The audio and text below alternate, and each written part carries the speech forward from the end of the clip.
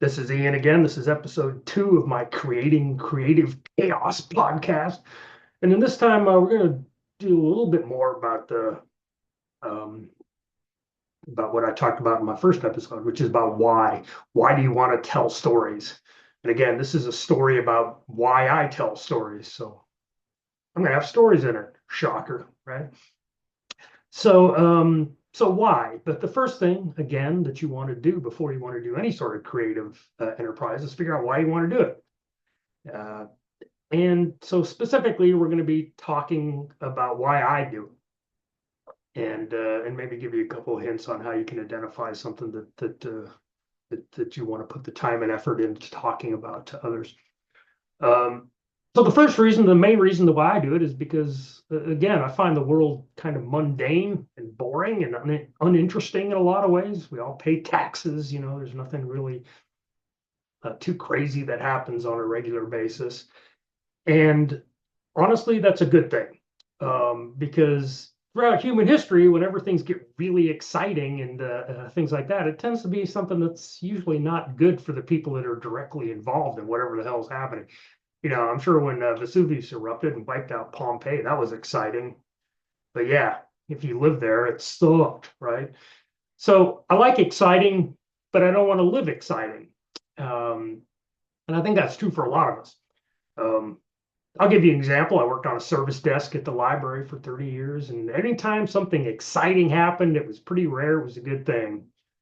It was like some dumbass that couldn't figure out how to use a toilet correctly, or another idiot that insisted that he had to watch porn in front of everybody for some freaking reason, or stealing books, which I hated. That was the absolute worst.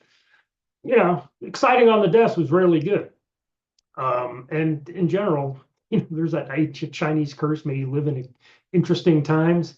Yeah, yeah, that's true. But I think as humans, we like exciting, we like novelty, we like epic. We just want to live it.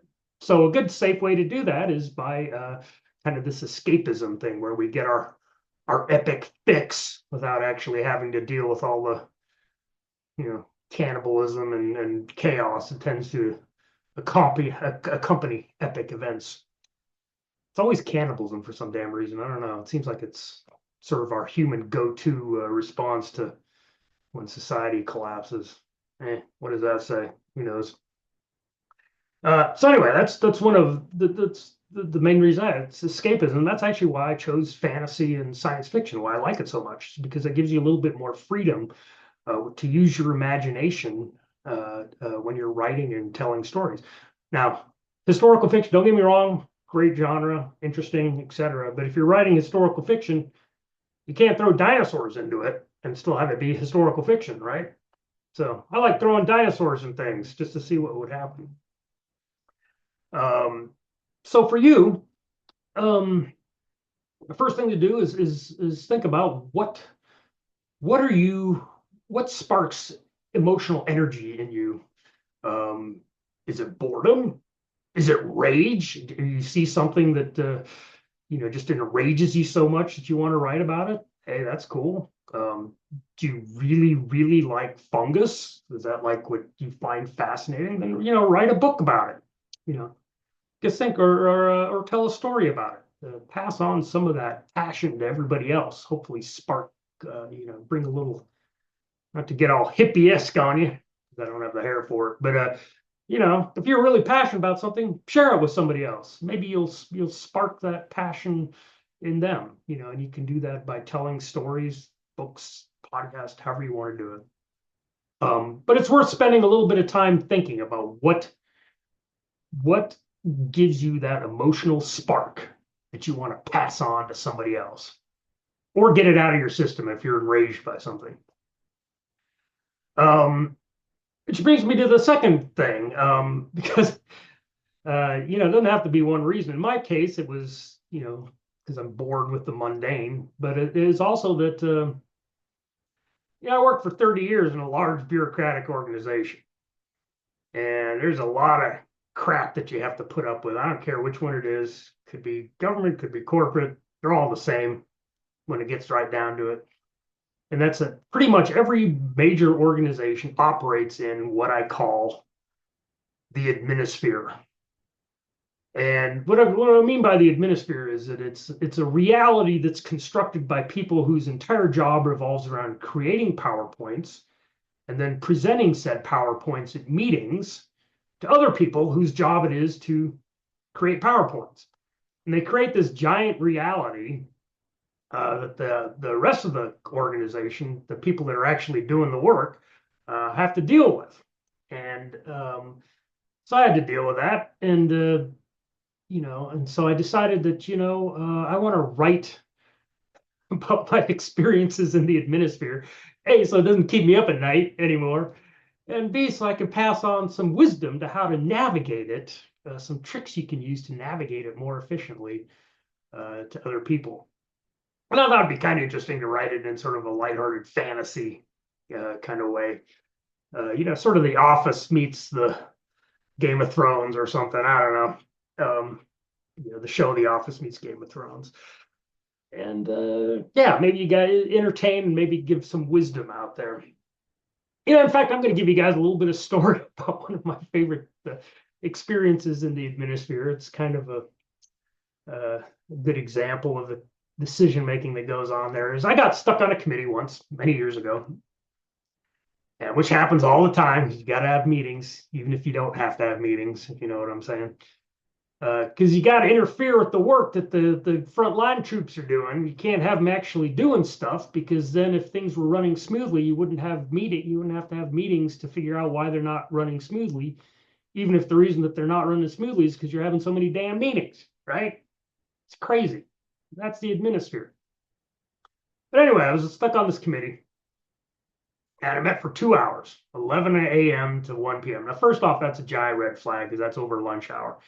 Now, first, when the committee first started, the leader of it was actually pretty savvy about it. And so she would bring pizza. And so you'd eat, you'd work. Yeah, it was fine. But then she left. And the person that took over kept the same meeting time, but ditched the pizza, which was a freaking catastrophe equivalent to, I don't know, the Yellowstone super volcano blowing up. But anyway, so you're sitting there, you can't eat, right? Lunchtime. So you're already going to be it already sucks. But then it got worse. And the reason it got worse is that in her defense, the lady that was running it didn't have the authority to do a lot of the crap that we were supposed to do with this committee. But for the first hour, she would drone on about what we hadn't managed to accomplish in the previous month. Again, this committee met every month. So by that point, just hearing somebody drone about your failures for an hour, I mean, that's going to sap whatever energy or spark of life you came into the meeting with. Just nobody wants to hear for an hour without pizza that you're a failure, or we're collectively a failure. So, it was, so basically your will to live is dead after that first hour. And then for the second hour, she would drone on about the things that we would hopefully accomplish before our next meeting, which, as you could probably guess, was, so it's not going to happen.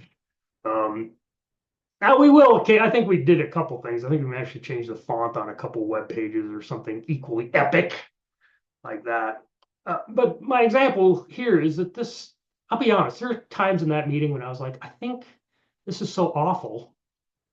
I want to jump out the window just to get away from it. I think I'm going to jump out the window. It was like on the third floor. But I remember thinking, there's bushes down there. If I hit them just right, maybe it won't hurt too bad. It was that awful. The bravest thing I've ever done is not jump out of the window in those meetings. But I managed to make it through. But it scarred me, for God's sakes.